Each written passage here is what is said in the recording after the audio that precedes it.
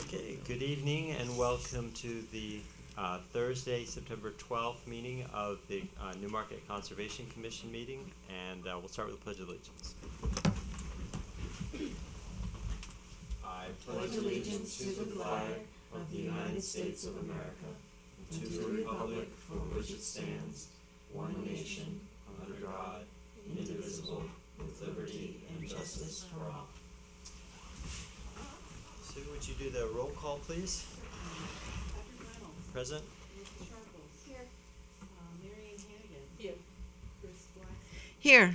Sam Kenny. Here. Sarah Finch. Here. Drew Keegan. Present. Okay. We have no members of the public, and we don't have any permits in front of us tonight, just to,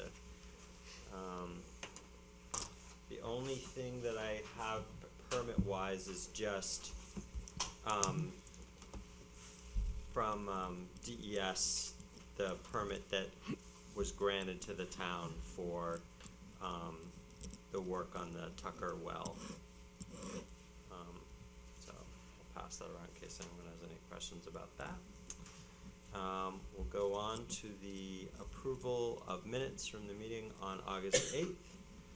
Did everyone get a chance to look at the minutes? Any questions or edits? Then I will make a motion to approve the minutes from August 8th. I'll second. All in favor? Abstain. Drew, are you voting? Oh, you. Are you voting or abstaining? I'm abstaining. I was. Drew, are you voting? We should have 4. No, we can do it. Okay. Do it again. 3-0 with 3 abstentions, right? Yes. Yes. I do not have a report, a financial report. Again, we got that one last month, so that was good. We actually had one there, but no new report this month. I'm trying to think if we had any expenditures. Can't think of anything that would have gone out.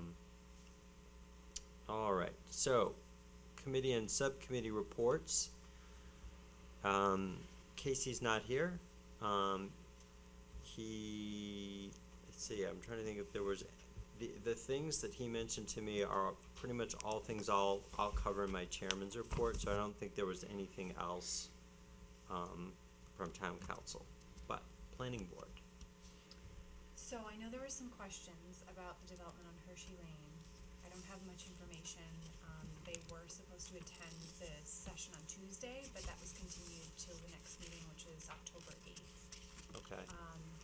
There was a site walk. We didn't discuss that. I wasn't able to attend that. I know they're gonna be single-family homes. There was talk about them being townhomes initially. So probably would have more information next meeting. Is it, I'm assuming it's a 12-house, single home development where they're looking to have open space to grant them that exception? Right, yep. Yep. There's some concerns as well, there were concerns from the public. There's some nature trails in that area, so there was some concerns about, denying access to those.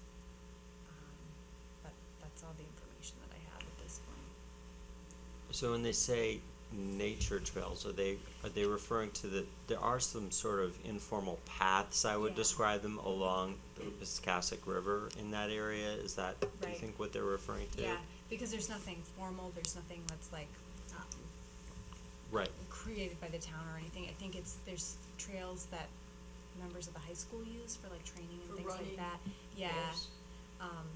but it's nothing official that I'm aware Right. of. I think there's conservation easements on some of the private property back there, but it's not Like official. it's not open to the public in terms of, it's not, it's just private property that they've put conservation easements. I don't know if it's posted or not, that's up to the landowner. Okay. not posted. All right. So there is some plans if you guys from Doucette survey, if you want to look at those at all to see. It doesn't, obviously it's just preliminary stuff because they really don't have where the houses exactly would be on the plan yet. It just gives you a layout of the property. But obviously, there's quite a bit of it that's wet area that I'm assuming is gonna be the set-aside area for the open space. It's not gonna be the dry upland area.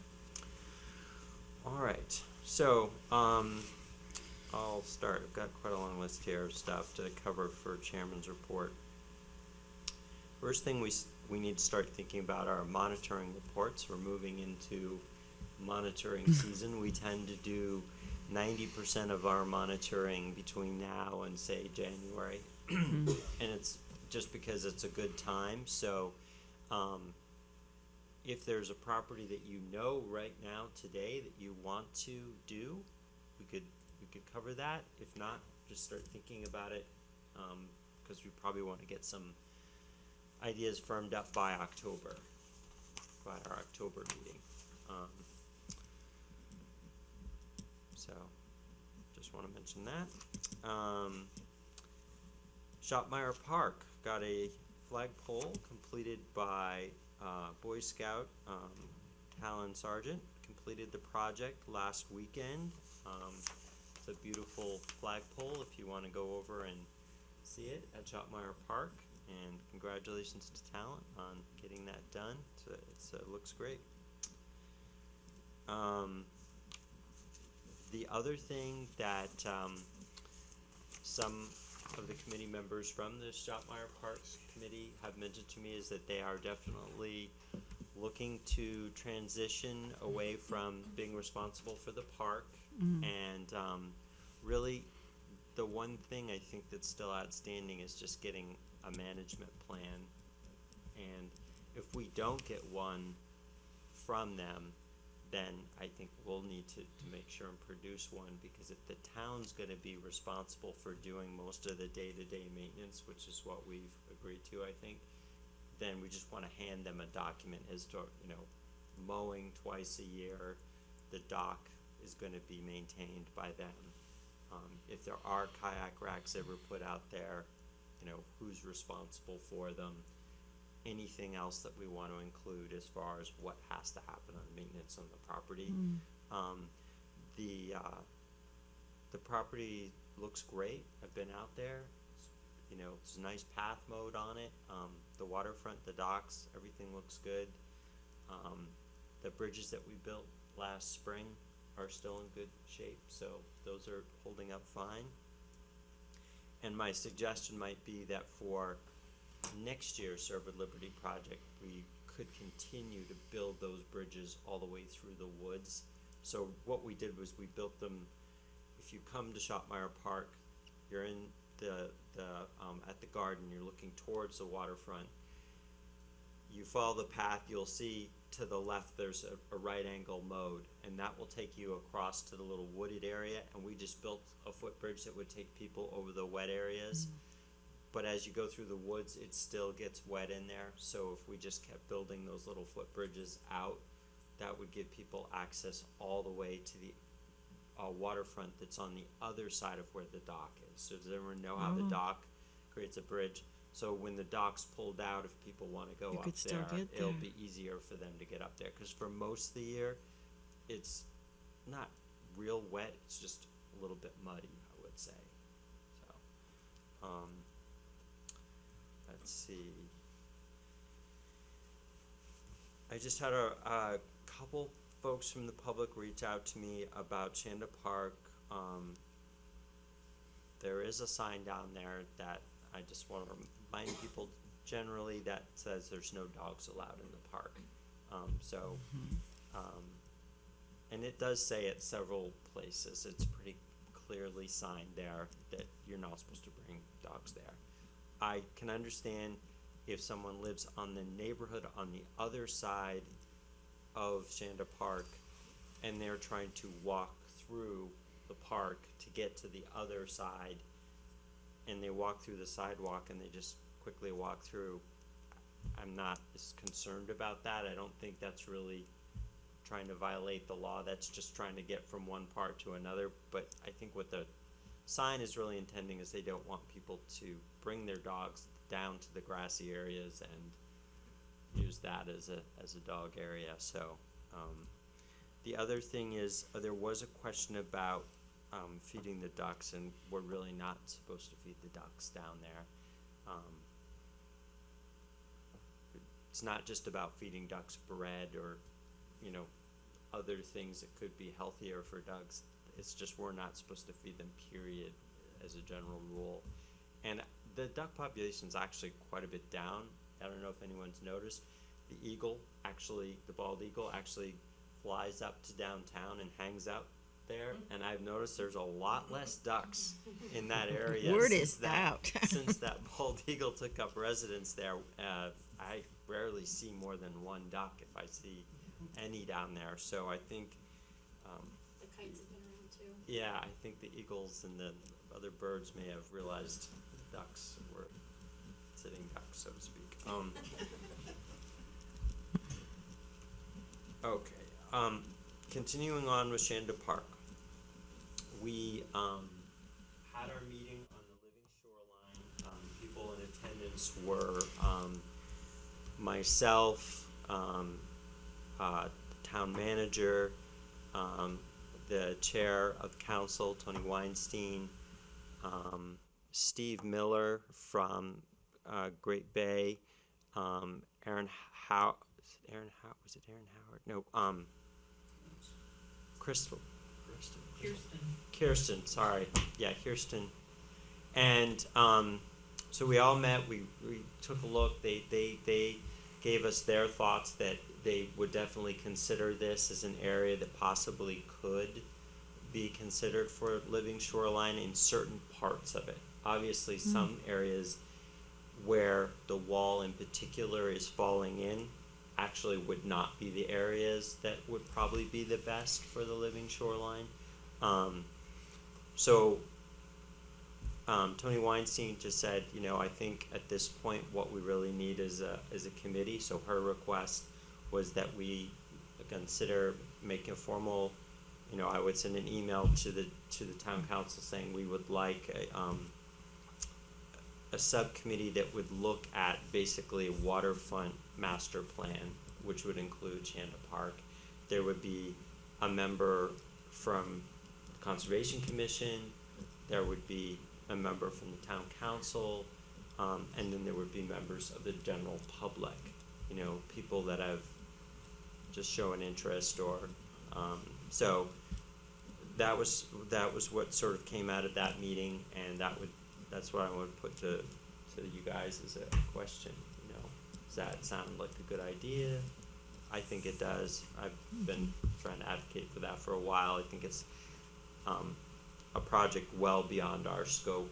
It would take a lot of funding to fix that wall, and it's a big investment. So I think, and there's other questions, about the waterfront that needs to be addressed too.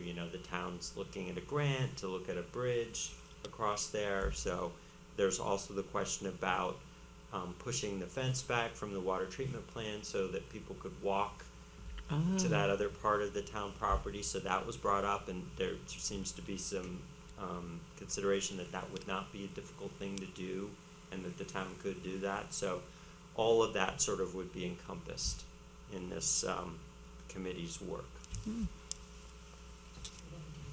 Okay. Does anyone have an interest in serving on that committee? I may have some interest. Okay. Nice. I can put it out through the Facebook group. What I think what I'll do is I'll put it to Tony, send her the request because it's going to be under their jurisdiction to create this committee, and that they'll definitely solicit to let people know if they're interested. They can contact Tony or the council. All right, so that's everything on that. I did talk to Underwood Engineering, just preliminary, and they're still thinking it could be up to $500,000 to fix that wall. Now that's just a preliminary, you know, it's not like actual, you know, estimate, but they just said that figure is reasonable to consider, is how much it could cost, so it's a steep price to fix that wall. There was a public celebration with Chris Pappas on the Lumberman's Creek culvert project. Did you guys hear about that? Where he came, where I think it was the official kickoff for the project or something. So that was great that he was able to be there for that.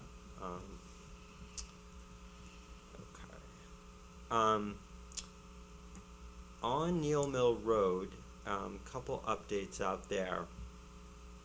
The Old Lee Road Bridge. Does everyone know where the Old Lee Road Bridge is? So if you are at Neal Mill Road, you hit the gate, right? You go past the gate. Your first left is Old Lee Road, okay? And you walk down there and you come to a bridge over the Piscasset River. That bridge is supposed to get a new deck. The work is going to be completed by Newfields Conservation Commission, volunteers, Snowmobile Association trail members, etc. What I don't know is if they're going to do anything to jack it up a little bit, because it's kind of, if you've been down there, it's kind of dropped to a little bit just over the years. So, but they're scheduled to be working on it this month. It might even be done this month. Yeah, I can speak to that a little bit. I helped out last Saturday on that. Okay. So the old decking was removed. The wood that the old decking was nailed to was removed because that was rotted. The physical structure below that is two big I-beams that span the river, and then there's 4 cross braces that connect those I-beams. 2 new sets of stringers that are pressure treated 4x6s were put down, and then the decking is 4x6s that are screwed into the 4x6s that go along the span. Related to trying to level it out, there's not an easy way to move the steel. Yeah. So what was done was the wood that the decking is nailed to that was on the lower portion. There's basically one corner that is dropped, so the whole thing's kind of a little sloped. That end, the wood was jacked up and propped. Okay. And then it was supported at the other places along the span where there's cross braces. And so it's still slightly lopsided. It still leans downstream, if you will, but substantially less than it did. Great. And at least less. So I think the decking is all up. There's still some work to be done on the entrance on each side, and the handrails. The posts were up, but the wood that is going to actually be a rail was not up yet. Okay. But it looks great. That's great. Also, it's not officially on Newmarket property, but many people from Newmarket take advantage of this. If you go to Neal Mill Road and you walk on the other side of the gate, walking through the woods there, or the path, the road bed, right? You will eventually you'll go past the big field on your left. You'll come to a turn to your right. Selt has built a massive new bridge across a series of beaver ponds that were there. So basically they've, by doing a bridge across that, it's a beautiful bridge, by the way. It's like a boardwalk kind of bridge. So you can stand up on it and you can look across the ponds, and it's great for wildlife viewing or just coming down there.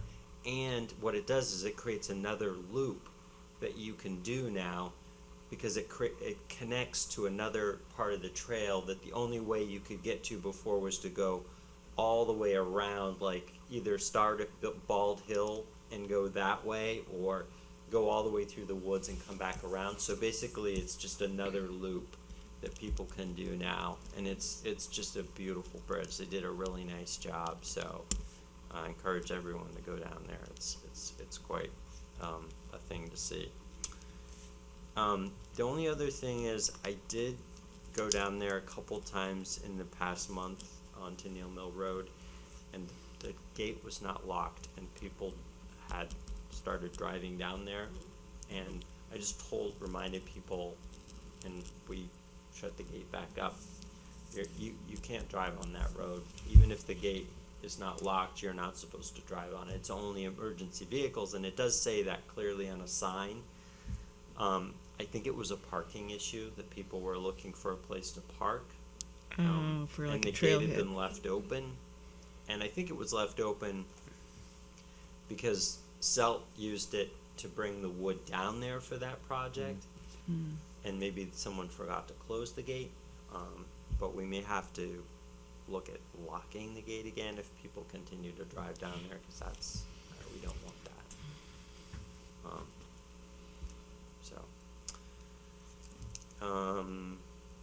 Okay. The other thing that happened last month was we were able to hold our sort of seminar / meeting on with the Conservation Law Foundation, Linda Polly and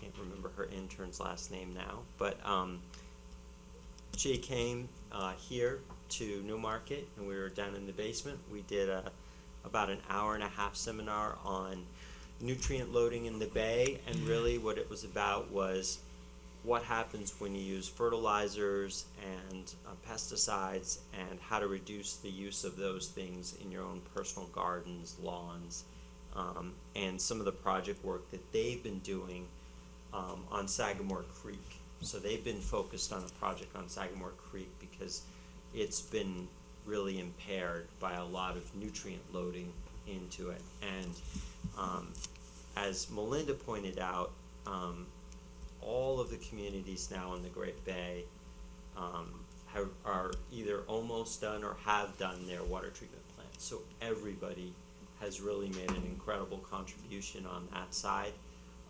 And that's 33% of what comes into the Great Bay comes from water treatment plants.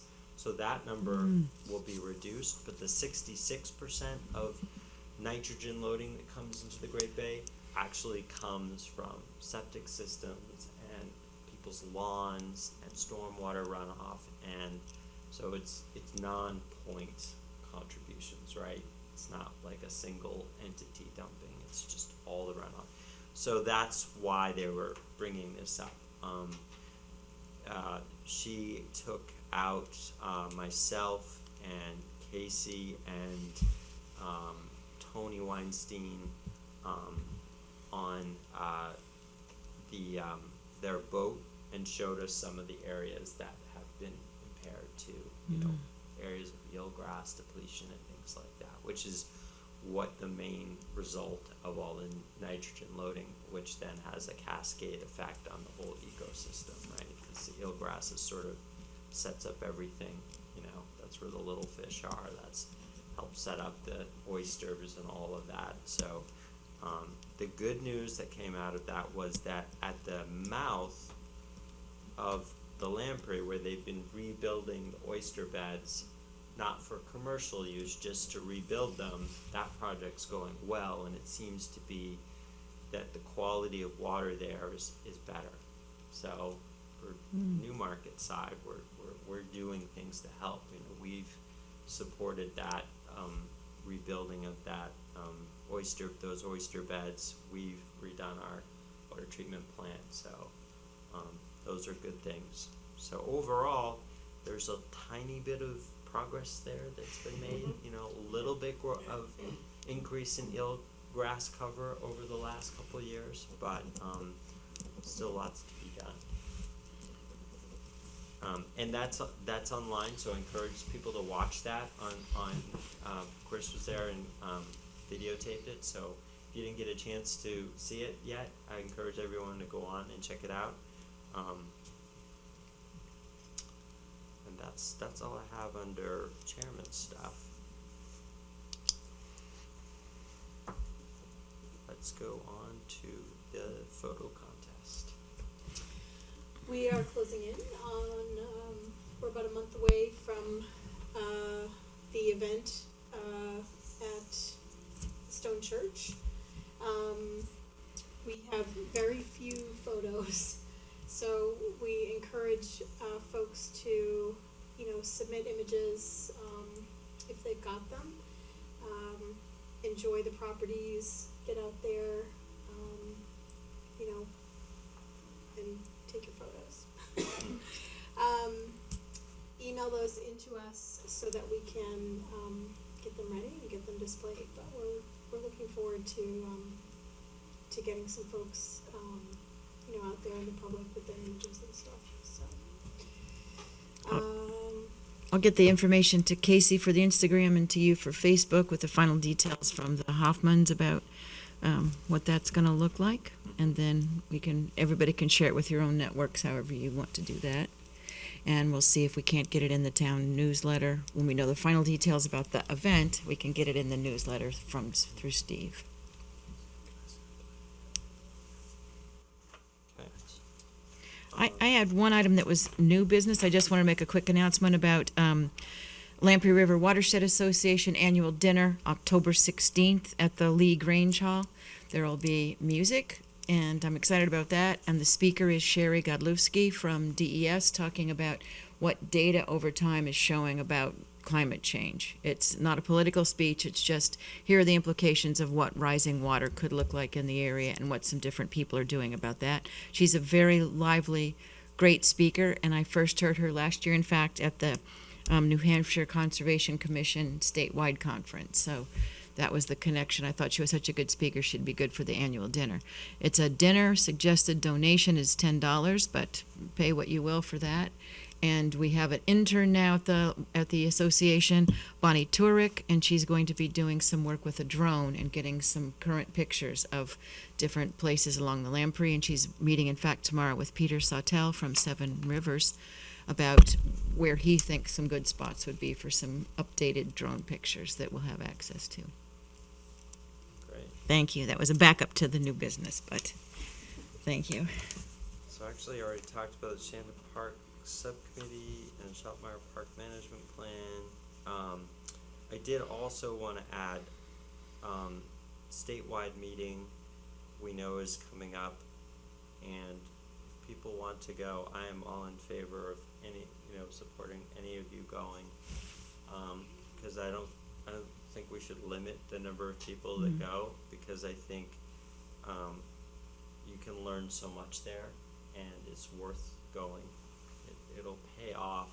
It'll pay back what you learn there towards the town and your service towards the town. I believe many times what we invest in sending people there. So. Is that the one we went to last year? Yep. I was just looking at that folder Yep. in my office yesterday. It's coming up. Yep. I November 2nd? November 2nd. So, if you're interested in attending, Pembroke Academy. let it. Yeah, it's the same place it was last year, isn't it? Yes, Yeah. Pembroke Academy is over. Would you say Concord? Is that? Concord-ish, Concord-ish. Auburn-ish, Yeah. easy, pretty drive-ish. Yeah. It's not too far. So, if you're interested in going, Near let us Tuckahoe. know. If we have a number of people are going, we should try and carpool. Do that to save gas and stuff. So we would just send you an email and you'll have them batch register us through Yeah, town hall? That's what I would do. Yeah. We should just look. What did we do last year? We just individually registered and then submitted it. Yeah. Yeah, I think if we want to go, it would be easier if I then just contacted Carol and said, got one check for Yeah. everybody and submitted it all at once. Probably that's the best. Yeah. So, is there a preliminary idea of it who wants to go? I do. yours, Melissa? Sam, great. Do you? Drew's already been many times. I actually haven't. Oh, you haven't? Okay. All right. I'd like to go too, so that's 4 of us. So we can't sit together at lunch. Can or can't? Can't. Cannot, I don't think so. No, that makes a meeting, that's That right, makes a yeah. meeting. So no meeting, Yeah. okay? Go learn from the other towns, sit with other people, right? Yep. All right, so with that, I will make a motion to go into non-public session to discuss confidential matters related to real estate pursuant to RSA 91-A :3 comma Roman numeral 2C. Do I have a second? I second. I didn't know you finished. All in favor? Aye. Okay. Let's wait till they cut that off.